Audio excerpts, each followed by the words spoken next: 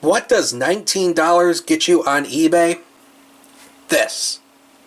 This is an Apple iBook G3. And I've been looking at getting one of these Snow White G3s to add back into my computer fleet because I haven't had one of these in quite a number of years.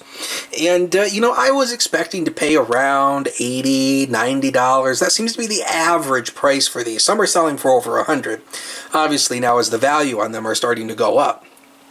But I happened to find this one day, starting bid $19, and I won it for $19. And it really didn't have very good pictures, so it was almost sort of like a gamble on it. And as you can see, condition-wise, at least on the top case, it's definitely got some deep scratches here that I don't believe are going to buff out. But that's okay, because in a way, I'm not looking at collecting one of these. I mean, in a way, it is sort of collecting if you think about it, but I'm not looking at, like, you know, museum-grade worthy machines. Some of you know that I have a PowerBook 5300C that I made a video on, I think, last year or whatever, and I still haven't diagnosed what the issue is with that machine.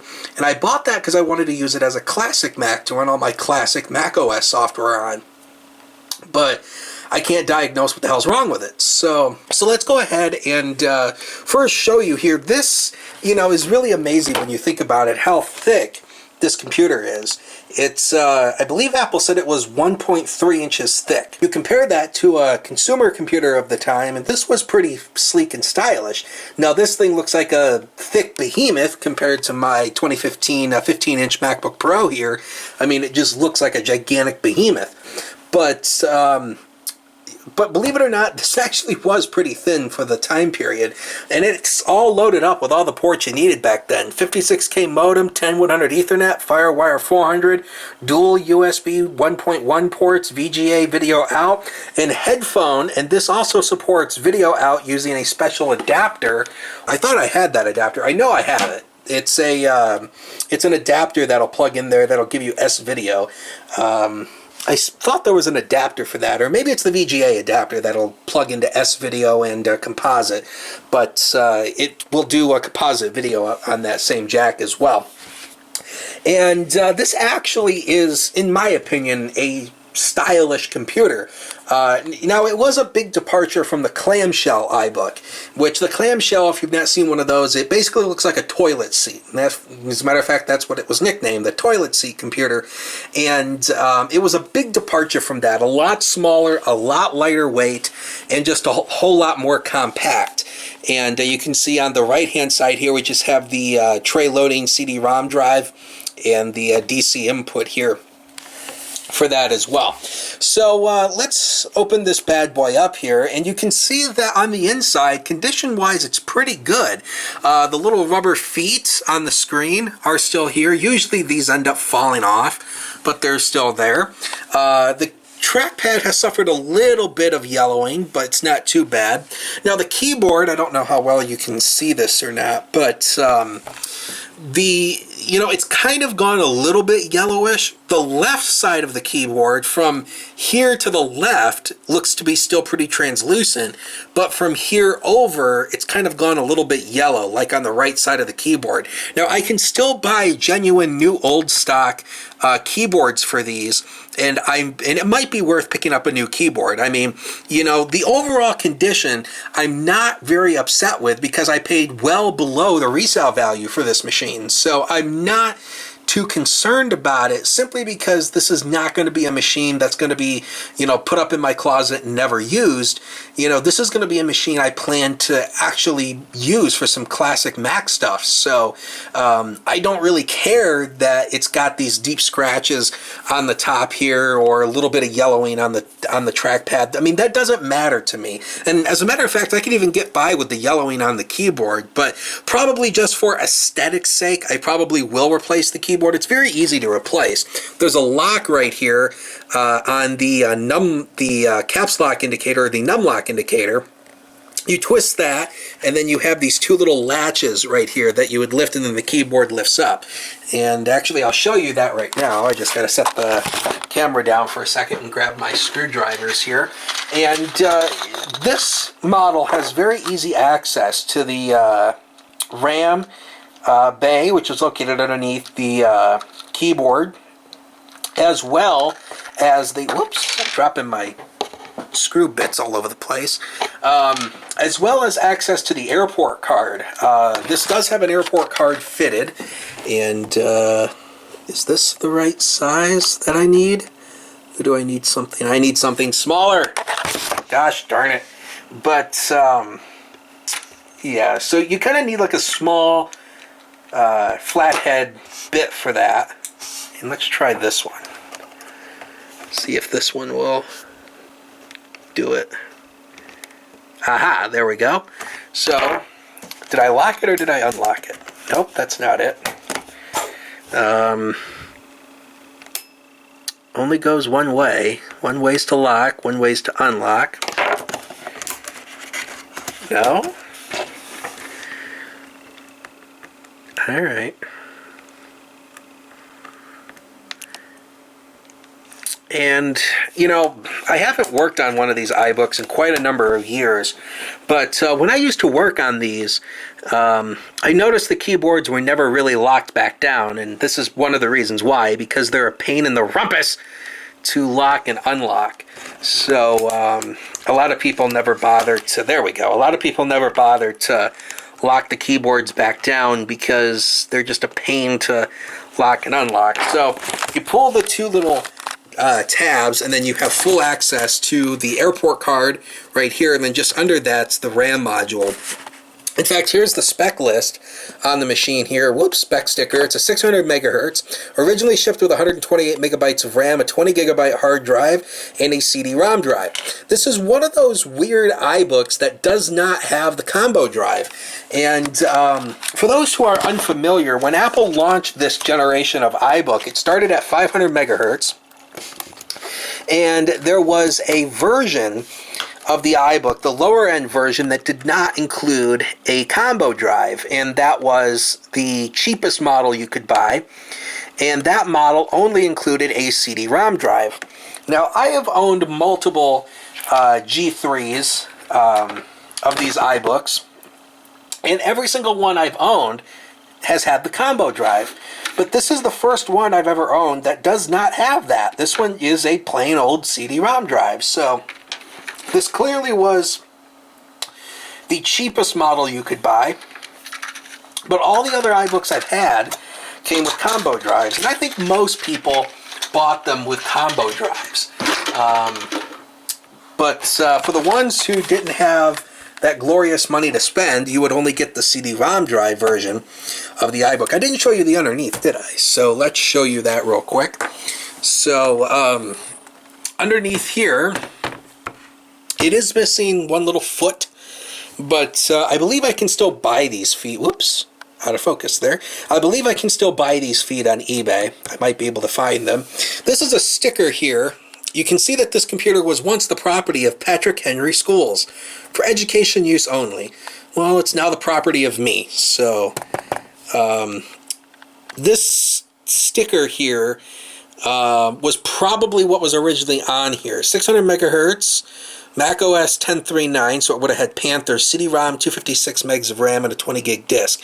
This, I believe, has a 40 gig hard drive, and it was, or is it 20?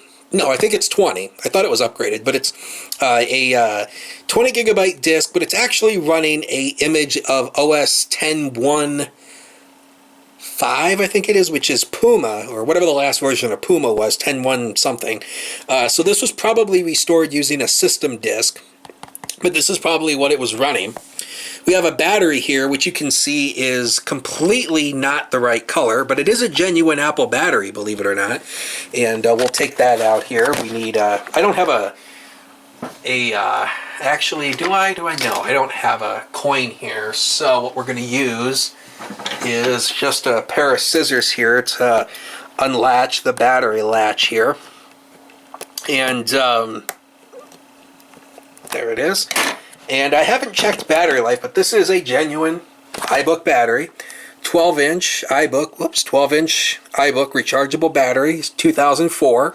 So this is a genuine iBook battery, but you can see it's a different color, and I don't remember if this was the case. I don't remember if the batteries that were shipped on the G3s were more of this color, where it was a little bit more translucent, or if they were always this white. Let's see. Aha, I do have a flathead screwdriver here, big enough size. There we go. That works out a lot better. Thought I had one. Okay, so we're going to flip it back over, and we're going to show you this thing running here. So we're going to plug it into power and open it up here.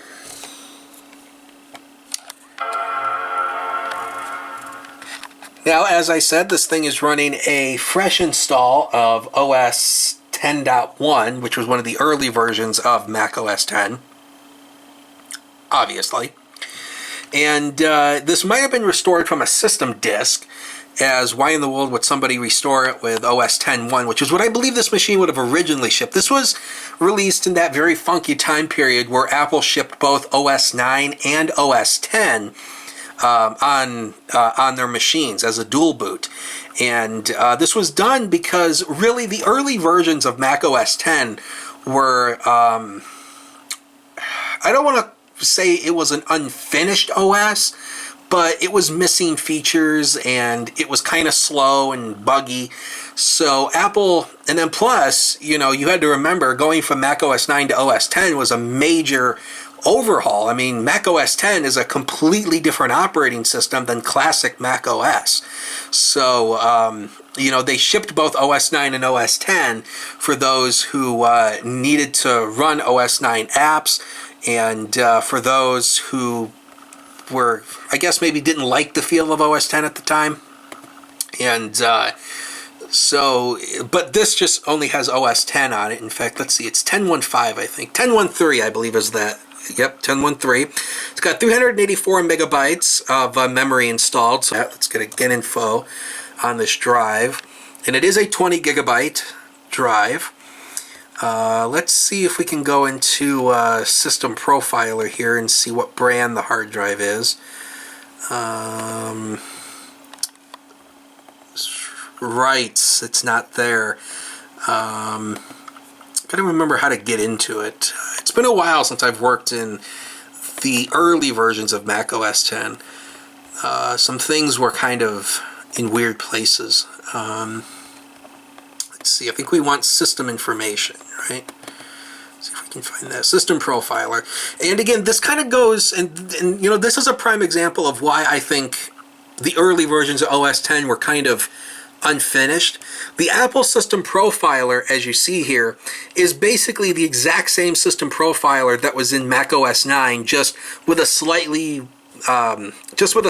refreshed interface to fit Mac OS 10. So to me, this was more like an afterthought. This was just ripped from Mac OS 9, made carbonized to make it run on OS 10 with the Aqua user interface, and just slapped in there. And again, there was features missing in the early versions. It was buggy, slow, and so really Mac OS 10 really did not become really perfectioned really until Panther. I think 10.3 Panther is when Apple finally finished the operating system. They got everything in there, and then now they're just making it better. Panther, in my opinion, was the first version of Mac OS 10 that felt like it was complete. All the other versions just, you know, there was things about it that just didn't work right, or features were missing. And but when Apple released Panther, they really did a lot of overhaul to the system, made the Finder better, and so to me, Panther was like is what the early versions of Mac OS 10 should have been. But again, you have to remember, this was a big OS switch. I mean, you know, OS 9 and OS 10 are completely different. So it's almost like the Apple Silicon switch that we're going through now. It's like, you know, Intel and all this stuff is completely different. Right, I don't think this version of it tells you the hard disk. Well, that sucks. It's probably a Toshiba or an Hitachi drive, but whatever. So what we're going to do with this machine, and like I said, I plan on using this as my classic Mac. You can see the battery is charging right now. So like I said, I'm going to use this as my classic Mac, but are we going to install OS 9 via classic mode? No. So there's a couple of things I could do with this machine. Number one, I could pop my OS 10 Tiger disk in here and upgrade it to Tiger, which is its maximum supported OS. But which is what I was going to do. But I got thinking about this. I'm like, you know what? I already have a plethora of PowerPC Macs running OS 10.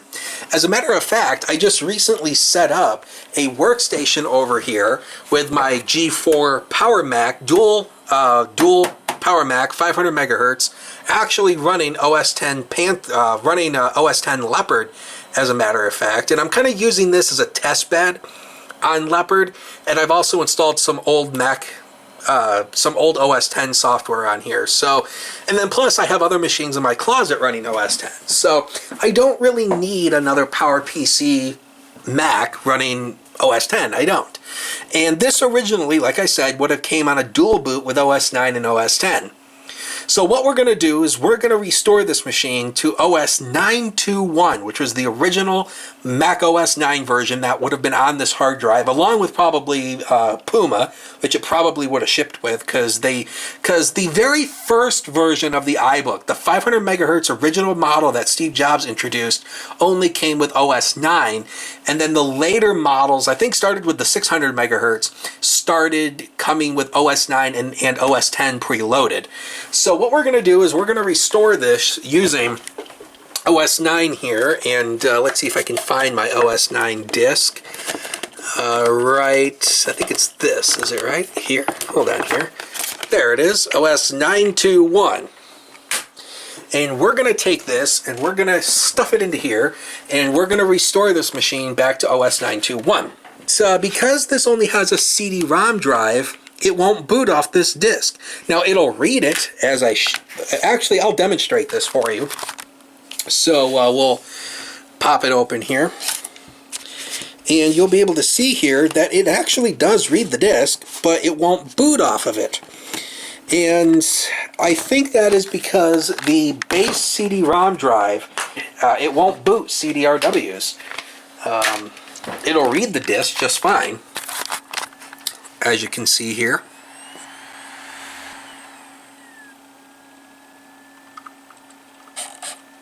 There it is. See, it reads the disk, but it won't boot from it. So that is very bizarre. And I know this disk is bootable because I tested it and I made sure it was bootable. So what we're going to have to do is we're going to have to boot this externally. Now this kind of will throw a theory out the window. Some people have said these older PowerPC Macs, especially the G3s, cannot boot off of USB. That's partially true. USB hard drives, I don't believe, will boot. I think there is a command you can run in single user mode that will allow the machine to boot, but natively it's not going to boot. Let me just move a couple of things around here. So, but it will boot off an external CD-ROM drive, which I have right here. And I currently have this thing connected into my USB hub, so we're going to have to unplug that, which I think is this, right? If not, I will have plugged one of my hard drives, but this must be it. So we're going to stick it into here. And then what we're going to do is we're going to open this, and then we're going to stick our Mac OS 9 disk in there. And then we're going to restart the machine. Now, in restarting, what we're going to do is we're going to hold down the Option key. This will bring us into the device boot manager. There it is, spinning up.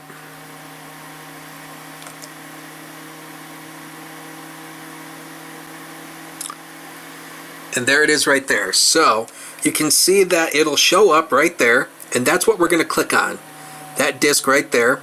We've got to wait for the little watch to go away. And then when we get the cursor back, we will click on that and then click on the arrow.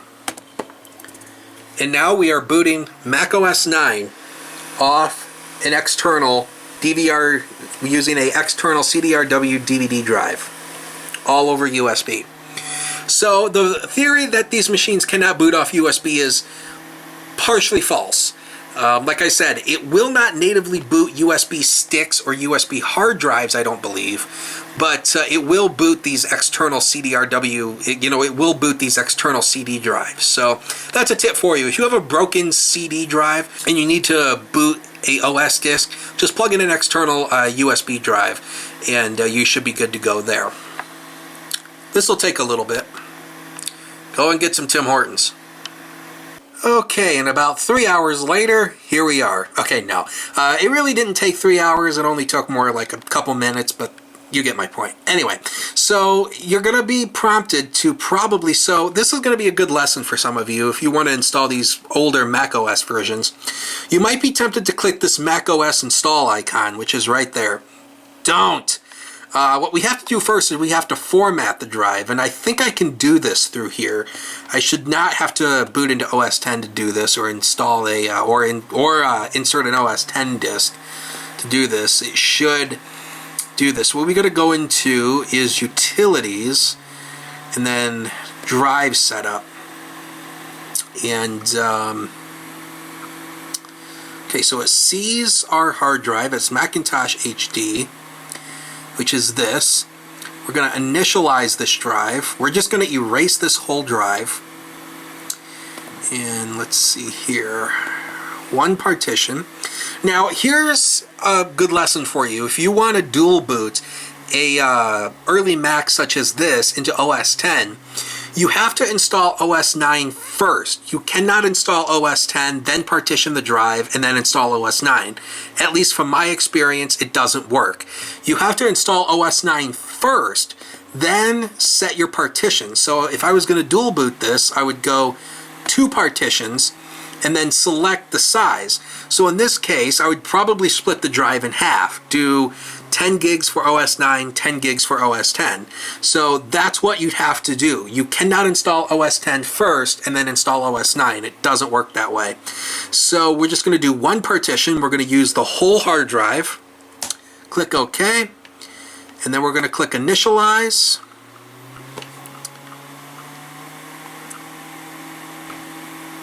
Boom. There it is. Now we're going to exit this. And you'll see our new partition is mounted here on the hard disk, on the desktop here. I'm going to rename this because I don't like that name untitled. Oops, we're going to rename this to Macintosh HD. Perfect. Okay. Now, since we've done that, now we can double click on that Mac OS install icon. Whoops. Well, the program cannot run on your computer. Well, that sucks. Okay, let's try this. This is a universal install of OS 9.2.2 that was released as a universal install for the G3 series. I'm not sure why it didn't boot my 921 disk. That's very bizarre. So let's see if this will work. Could be that this was one of those machines that actually shipped with 922 instead of 921. That could very well be a possibility. So let's give this a try and see if this works. And I don't know if I've mentioned yet, but MacintoshrRepository.com. It's a wonderful resource for any vintage Mac collector. And I don't know if this was an official release of OS 9.2.2 or if this was a compiled release that was made as a universal install for older PowerPC G3 systems. But let's try this and see if this works. And if this doesn't work, then I am going to I don't know what I'll do. But while we're waiting for that to boot, let's take a look at the official specs on this machine by going to everyone's favorite website, everymac.com. Another great resource for vintage Mac collectors. And we're going to go to the iBook, and then we're going to go to let's see, late 2001. I think this is the model we have here. Let's see, 600. Okay, maybe not here. So DVDs, DDRW, blah, blah, blah. Let's see here. 15 or 20 gigs of storage.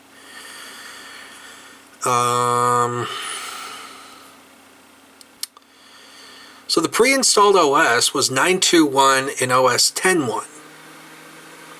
So then why the hell didn't it boot? Well, let's see. I think this might be the model we have here. This is the 16 VRAM, or video RAM, mid-2002 translucent white. 24x CD-ROM drive and a 20 gig drive. This must be the model we have here. And let's see.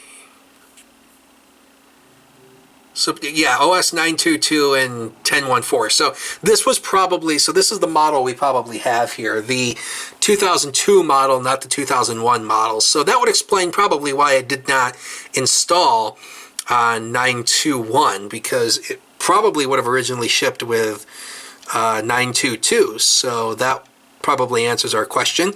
So there you go. Okay, so let's try this one more time.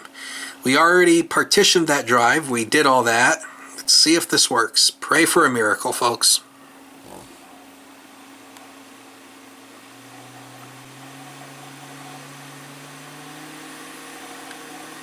Yay! Okay, so pretty much the install is straightforward. We're just going to click continue and all that stuff. Destination disk, Macintosh HD. Let's do some options here. And we're just going to, obviously this is going to be a clean install anyway. There's nothing on the drive. And we have to agree to terms and all that fun stuff. Continue, yeah. And then we're going to click on, well, let's customize this first. We're going to install, because this has a big 20 gig hard disk, we're going to install every option there is, just for funsies, because we have the disk in the room. And what? Well then, I guess we're, oh.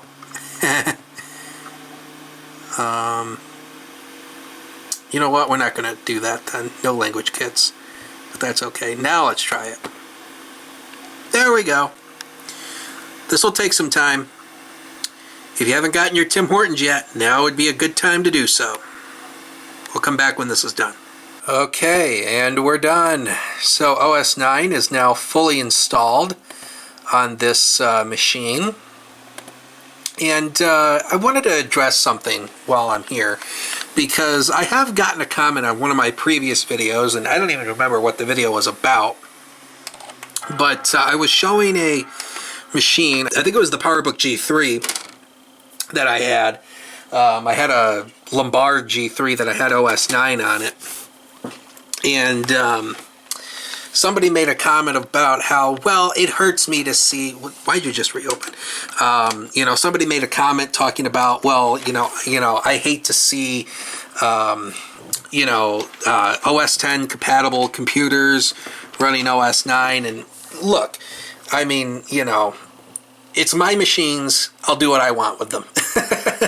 So, it's like what I said here earlier. You know, I already have a ton of PowerPC Macs running OS 10, so I don't really need another machine running OS 10. So I installed OS 9 on here simply because this is what would have originally shipped with it along with OS 10. But Also, kind of a personal story too. When I first transitioned school districts, this is kind of a long story, but I'll try to make it short because it's boring. But I transitioned school districts in the 3rd grade. I went from a rural school district to the city school district because my family moved back into the city, and therefore I had to transfer school districts back into the city. And in 3rd grade, I was exposed to all kinds of technology we didn't have at the other school district. And one of them was Apple computers. And, you know, I got my first experience on the Mac using Mac OS 9. And the iBooks we had, and, you know, I mentioned before in my previous videos, the school district I attended was very Mac-centric. I would say, yes, I want to quit. I know how to use Mac OS 9 and all that stuff. I don't need all that stuff. Airport setup assistant, we're not going to use that. Obviously, this will not connect to a Wi-Fi network because the original airport cards do not support the newer encryption. And let's see here. I don't hear my sounds. I'll probably have to go in there and turn those on. But yeah, OS 9.2.2 is what we're running, obviously. And let's see. Let's go into. I want my sounds. Here we go, platinum sounds. Oh, there we go, beautiful.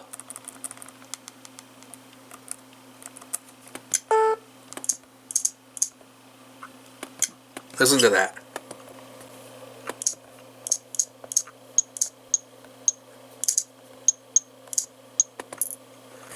Oh, I love those old classic Mac sounds. So here we are running Mac OS 9. But anyway, to continue on with my story, you know, the school district I attended was very Mac-centric. I want to say when I was there, the school district was 99% Mac. There was only really 2 computer labs that had Windows PCs, and those were in the high school. They were used for business applications, really for business courses. But now I believe the district has gotten more into Chromebooks now, obviously, because they're cheaper. You know, a school district can buy 10 Chromebooks for the cost of 1 MacBook. So that is why school districts have started moving towards Chromebooks. But for the most part, the school district is still a very Mac-centric school district, but they've gotten more into Chromebooks for, I think they're mostly using the Chromebooks for elementary and middle schools. I think the upper end of the middle schools, like 7th and 8th grade, going into the high school, I think that they're still more Mac-oriented, but obviously now with the thing that we can't say for the lack of getting the video demonetized or deleted, the thing that we're going through right now starts with a C, ends with a D. The thing that we're going through has obviously forced, you know, the need for more notebooks, and I think that, you know, a lot of the computers that they gave out over the past year and a half to students have been MacBook Airs and Chromebooks. So, but the very first Mac experience I had was on Mac OS 9 on those old G3 iMacs, and the mobile carts that we had were these iBooks. I think they were the 500 megahertz version, and they were running Mac OS 9. So this brings me right back to my childhood, being in the 3rd grade classroom with all the other students with their iBooks running OS 9. So with the airport base station on the top of the mobile cart and those old Epson printers. Oh, glory days. Anyway, that's enough about me. So that's the iBook running OS 9 fully restored. So what I'm going to do is I'm going to install my old classic Mac OS software that I have on here and use it as my vintage Mac. And like I've said, I have enough, you know, Macs running OS 10. I don't need another one. And this is a prime candidate for OS 9 because it would have originally shipped with it. And to me, I think that these old G3 iBooks, especially the translucent ones, they just look so beautiful running OS 9. I don't know why. There's something about OS 9 on these machines that just looks beautiful. And so there it is. So that's the iBook G3 translucent 600 megahertz model for you. So that's all I have for you in this video. If you liked it, give it a thumbs up. Want to see more content from the Techies World? Click that subscribe button down below. Click the bell to be notified, and I will see you with the next tech video. Thanks for watching.